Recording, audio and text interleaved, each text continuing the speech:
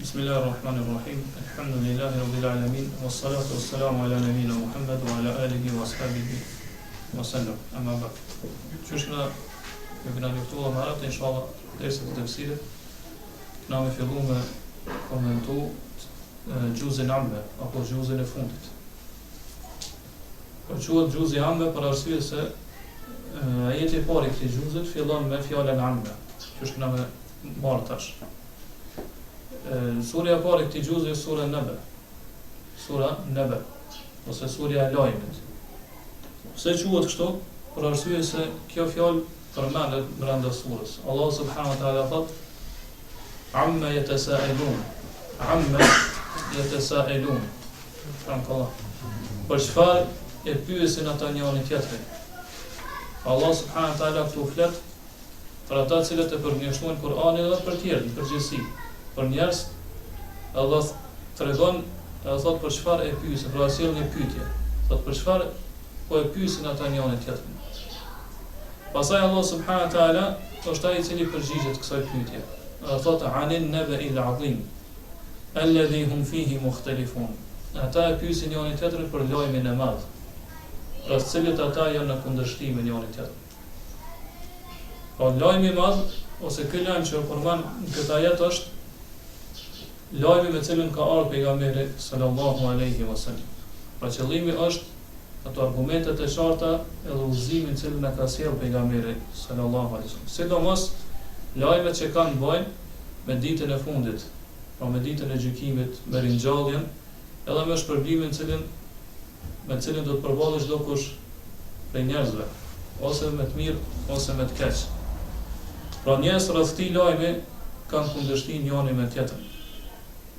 Për tyre ka që i kanë besu këtij lajmi, cilën e ka sjellë Muhamedi sallallahu alaihi wasallam. Ka besu edhe ka bë iman në këtë lajm. Për tyre ka që e kanë mohu edhe kanë përgjigjështruar. E për tyre ka që janë me dyshje, edhe ndryshime të mëdha. Pra njerëz dallojnë. Disa besojnë, disa mohojnë, e disa kanë dyshime sa është e vërtet ai lajm cilën e ka sjellë pejgamberi sallallahu alaihi wasallam apo jo. Prandaj pasaj Allah subhanahu wa taala po sqaron se ata cilët e kanë përgjithësuar apo janë dyshim rreth lajmit të pejgamberit sallallahu alaihi wasallam, pra lajmin që ne ka sjellë e dërguari i Allahut sallallahu alaihi wasallam, një ditë do ta kuptojnë edhe do ta dinë këtë lajm bindshëm. Pra me bindje të plot, kanë me kuptuar se vërtet ai lajm që ne ka sjellë pejgamberi sallallahu alaihi wasallam ka qenë vërtet. E kjo është dita kur ata e shohin me sytë e tyre pa ditën e gjykimit. Prandaj Allah vazhdon dhe thot kalla se ya'lamun.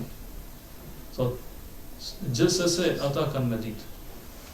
Thumma kalla se ya'lamun, thot pastaj gjithsesi ata prap kanë me kuptuar dhe kanë me ditë se ky lajm ka qenë vërtet. Kjo fjalia e dytë që ka ardhur është si lloj konfirmimi. Mirë po është konfirmim në kuptim, nga aspekti kuptimor vetëm. Për arsye se do thot nga aspekti i shkencës gramatikës gjuhës arabe nuk mundet me kanë si fjali konfirmuese të parës. Pse nuk mundet me kanë për shkak se mes këtyre dy fjalive ka ardhur një lidhje bashkënditëse. E që është thumma, pastaj. Pra është kjo lidhje pastaj. Në gjuhën arabe kur dy fjali ndahen me njëra tjetrën me lidhës, atëherë nuk mundet me kanë e dyta që konfirmon të parën. Mirë po nga aspekti i kuptimor, atëherë do thotë fjalia e dytë e konfirmon të parën. Pra Allah subhanahu taala këtu do me vërtetu edhe konfirmon se gjithçysh ata një ditë do ta kuptojnë se ai lajm cilën e ka sjellë pejgamberi ose ato lajme të cilat i ka sjellë Muhamedi sallallahu alaihi wasallam kanë qenë të vërteta.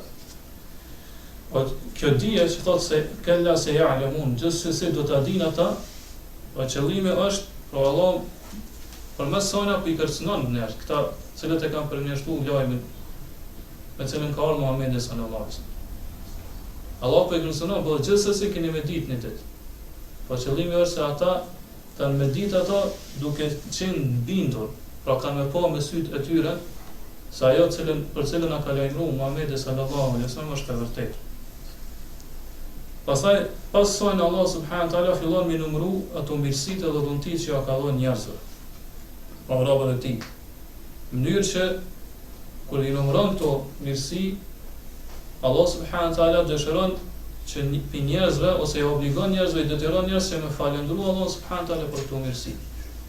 Pra me njoft edhe me ditë që Allah është ai i cili ja ka dhënë këto mirësi dhe me falendëru, me bëj shukr dhe hamd Allah subhanahu taala për këto mirësi. Edhe fillon me numëru, thot alam naj'alil arda mihada, thot a nuk e kemi bërë ne tokën si shtrat. Pra qëllimi është se Allah subhanahu taala ka bërë tokën të përshtatshme për njerëzimin, për njerëz. Pra nuk e ka bërë shumë të fortë, në mënyrë që njerëz mos me pas mundësi me punu tokën, me lëvru tokën. Ose do thotë mos me pas mundësi me ecë mbi të, për shkak të vështirësive të shumta.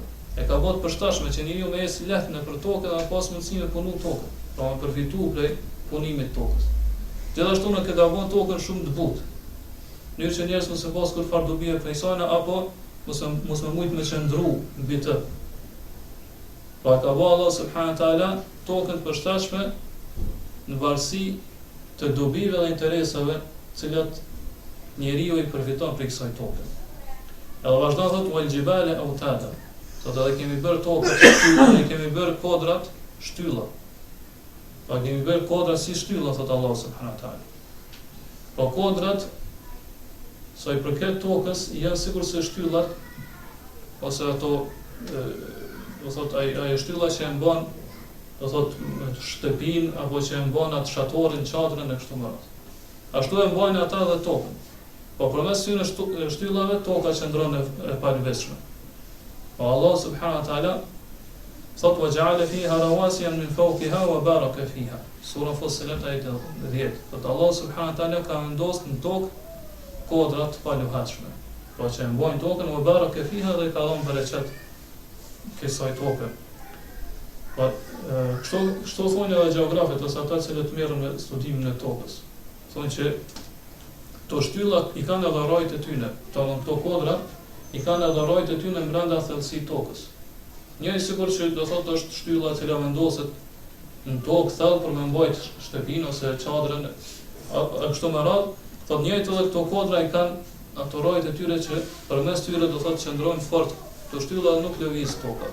Po qëndrojnë këto kodra që do thotë edhe çu do thotë Sheikh Usaimini, edhe nëse vjen erë fort nuk ka mundësi mbi luhat ato, pra janë të paluhatshme. Po kjo e tregon atë përsosmërinë e forcës të Allahut subhanahu wa taala dhe gjithashtu tregon se Allahu vërtet e ka plotësuar këtë mirësi ndaj njerëzve. E ka bërë tokën të përshtatshme, pastaj e ka bërë të palëveshme përmes shtyllave që i ka vendosur ato, përmes kodrave që i ka vendosur aty, e cilat janë sikur shtylla. E thot wa khalaqnakum azwaja. E thot ju kemi kriju juve çifte. Ose qëllimi është se Allah subhanahu wa taala i ka kriju njerëz lloje ndryshme.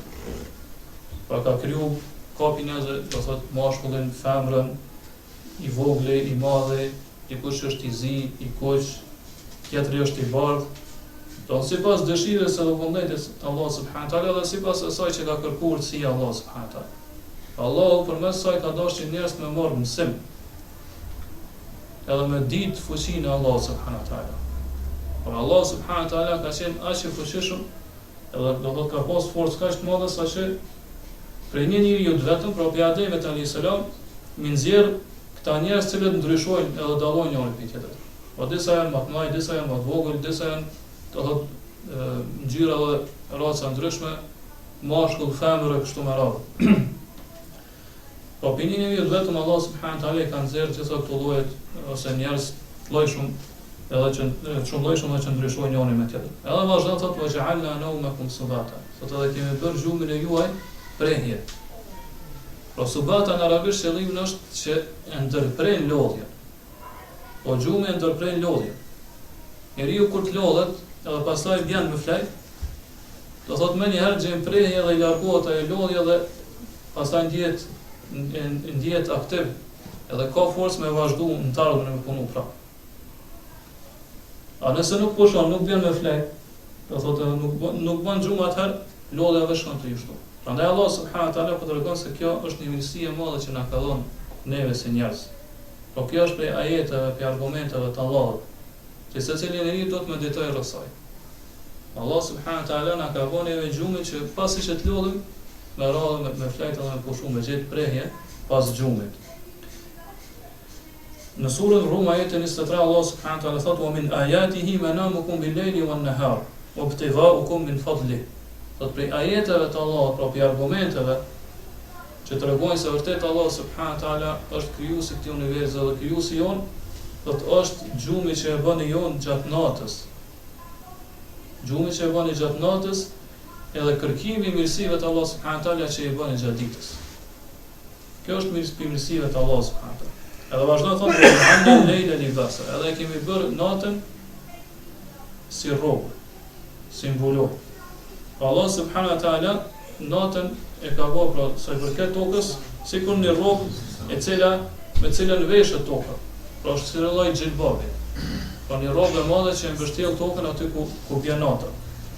Edhe shehu se mina Allah më thotë, njerëz këto kanë arritur me po kur kanë filluar me fluturu lartësi të larta, brenda sa aeroplanëve ose tamam e kanë kuptuar atë këtë ajet Allah subhanahu wa taala që njeriu për shembull nëse fluturon me aeroplan edhe e shef diellin tu perëndu, e vren se si nata, do thotë errësira natës e mbulon tokën edhe është tamam sikur një rrobë ose një xhilbab i zi, e cila do thotë mbulon tokën ose atë pjesë tokës ku ka natë ose ku ka errësirë. Pastaj vazhdon Allah subhanahu wa taala thotë: "Wa ja'alna al-layla libasa wa ja'alna an-nahara ma'asha." Sot edhe kemi bë tokën vend kemi bë ditën vend për kërkim të rrezikut ose vend jetesës. Pra Allah subhanahu wa taala këtu na tregon se dita është ajo kohë kur njeriu e kërkon rrezikun. Po çdo njeri e kërkon rrezikun e tij në gjatë ditës. Mirë po njerëz dallojnë. Po gjendjet e tyre dhe shkallët e tyre në kërkimin e rrezikut janë ndryshme. Mirë po secili gjatë ditës është që e kërkon furnizimin dhe rrezikun e Allahut subhanahu wa taala. Edhe kjo është një mirësi, prej mirësive shumë të që na e ka dhënë Allahu subhanahu wa taala.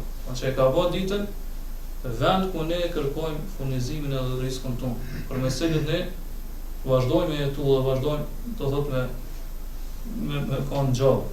Edhe vazhdon Allah subhanahu wa taala thotë: "Wa banayna fawqakum sab'an shidada." Edhe mbi ju I kemi ndërtuar 7 të rrapta. Çka është qëllimi 7 të rrapta? Do të 7 qiell. Allah subhanahu wa taala këto I përshkruajnë që janë tashka, që janë arsye do thonë qiell, të cilat Allah subhanahu wa taala I ka ndërtuar mbi neve, do thonë mbi tokën, janë të forta. Kështu thotë Allah subhanahu wa taala: "Was-samaa banaynaha bi aydin wa inna lamusi'un." Ajeti 47 Dhariyat. Thotë ne kemi ndërtu qiellin me fuqi. Po ndërtimi I qiellit këtij universi kërkon fuqi të madhe. Prandaj askush nuk ka mundësi me kriju përveç se Allahu subhanahu wa taala, I cili është I gjithfuqishëm. Ne kemi kriju qiellin, thot Allah, me fuqi. Wa inna lamusi'un, pastaj thot ne edhe vazhdojmë me zgjeru ata. Wa ja'alna siraja wa haja, vazhdon ajeti tjetër thot edhe kemi bë një kandil. Pra në këtë qiell kemi vendos një kandil I cili do thot djegët. Do thot haja, do thot I cili jep vazhdimisht dritë djegët. E kjo është qëllimi është për diellin. Allah subhanahu wa taala po tregon se dielli është sikur kandila apo sikur llamba, e cila ndryshon edhe djegët vazhdimisht. Allah subhanahu wa taala ashtu po e përshkruan diellin, edhe po tregon se vërtet dielli ka një nxehtësi dhe një përshëllim të madh, ose nxehtësi të madhe që cilën e lëshon prej tina. Pa vazhdimisht diçet edhe lëshon nxehtësinë. E sidomos do thonë ne edhe tash, pra është koha kur na po përjetojnë nxehtësinë e diellit. Edhe pejgamberi sallallahu alaihi wasallam ka treguar që nxehtësia më e madhe që njerëzit e përjetojnë gjatë verës është prej frymarrjes së liron zjarri I xhehenamit. Po kështu ka thënë pejgamberi sallallahu alaihi wasallam në një hadith që transmeton Buhariu dhe Muslimi. Thotë: "Idha shtadda al-harru fa abridu bis-salah." Kur të shtohet shumë nxehtësia e verës, do thotë atëherë dhe s'ka në namazin. Do qëllimi është që namazin e drekës me shty, ose me fal kur dielli orën zenit, me shty afër ikindis.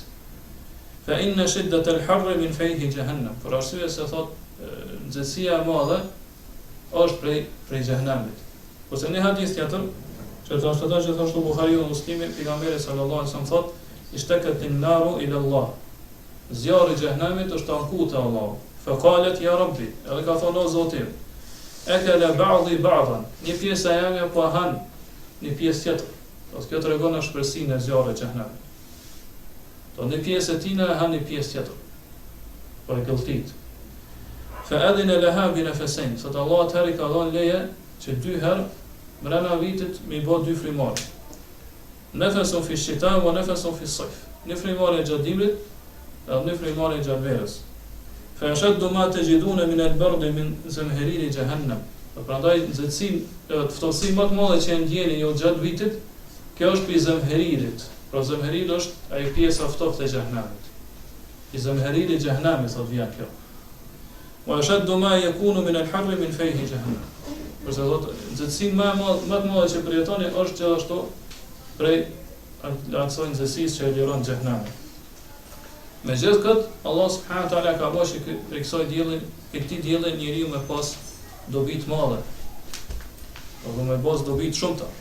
Për tyre për shembull është që njeriu nuk ka nevojë gjatë ditës me përdor energji për me bë dritë. Pra mjafton energjia e diellit. Pra, dhe vetë për energjisë diellit njeriu, sidomos me këtë teknologji moderne, përfiton shumë, ka dobi shumë të për energjisë diellit. Gjithashtu për diellit do thotë bim të shumta, bimësia e shumëllojshme kështu më radhë. Edhe do thotë dobi të shumta, të cilat nëse fillojnë mi numëru, vërtet vështirë është me përkufizu numërimin e tyre që ne përfitojmë për këtij kandili, cilën Allah subhanahu wa taala ka vendosur të këtë qiell. Pasi që Allah subhanahu wa taala përmend, do thotë diellin, edhe që e përshkruan si kandil i cili digjet edhe vazhdimisht ndryshon, edhe që prej tij vjen nxehtësia edhe thatësia, Allah subhanahu wa taala më herë pas saj na përmend një gjë e cila është kundërtën e saj. Po e cila ka freski edhe lagështi. Ajo është shiu që Allah subhanahu wa taala zbret prej qiellit. Edhe thotë wa anzalna min al-mu'sirati ma'an thajjaja. Edhe prej rrave ne kemi zbrit ujë të bollshëm. Për qëllimi që Allah subhanahu wa taala ka zbrit shi të bollshëm. Po ky shi pas diellit edhe pas nxehtësisë tina e freskon. Do thotë ajrin edhe e lag tokën. Prandaj përmes këtij shiu bim të shumta edhe ngjallet toka, që përshkruan Allah subhanahu wa taala shumë ajete. Do thotë që pas zbritjes së shiut toka ngjallet. Prandaj pastaj kur bashkohet shiu zbashku me diellin, pra kur bashkohet shiu zbashku me nxehtësinë e diellit, atë gjithashtu prej kësaj përfitojnë atë kemi dobi të shumta. Po për ty është që bin, do thotë ato drithrat bin, bimësia shumë, edhe do thotë edhe zhvillohet gjithashtu. Ta shkon duke u zhvilluar dhe duke u rrit. Pa derisa e arrin atë formën më të mirë, cilën e ka krijuar Allahu subhanahu wa taala. Pastaj Allah subhanahu wa taala këtu po i përshkruan rreth mu'sirat. To çka do thotë mu'sirat? Mu'sirati nëse e përkthejna bukfalisht i vjen shtrydhurat. Allah subhanahu wa taala po tregon se ky shi kur zbret prej rrave, do thotë ashtu që zbret ujë ose çysh del uji prej rrobës që në shtrydhur. Po shi është brenda rrave, edhe prej rrave do thotë dëpërton mesin e rrave edhe vjen tokë ashtu qysh, do thotë uji del prej rrobës, prej brendësisë rrobës edhe kur të shtrydh rrobë edhe del, do thotë poshtë. Kurse kur Allah subhanahu wa taala përshkruan shiun, po thotë ma an thaljaj. Thaljaj do thotë shi i shumt. Ose shi i cili vjen me rreptim. Për shkak të shumësisë, për shkak që është shumt, Allah subhanahu wa taala përshkruan që është thaljaj, pra që është i bollshëm edhe i mjaftueshëm. Edhe vazhdon thotë linukhrij bihi habban wa nabata. Mënyrë që përmes këtij shiu ne me nxjerr. Po përmes këtij shiu, cilën Allah subhanahu wa taala zbret pi qiellin tokë, thotë ne nxjerrim drithra edhe bim. Po përmes këtij shiu Allah subhanahu wa taala ka bërë që me bi gjitha llojet e kokhrave, me gjitha llojet e drithrave. Me gjitha llojet e tyre, edhe gjithashtu për shembull do thot bin gruri, bin elbe, bin misri, edhe tjera për kofrave, do për drithrave. Edhe bin, do thot edhe bin tjera që nuk janë kofrë. Pra që arabisht shua në bet. Pra që është rushi, fiku, edhe tjera për nxesh me këto. Edhe vazhdan thot për gjennatin elfafa.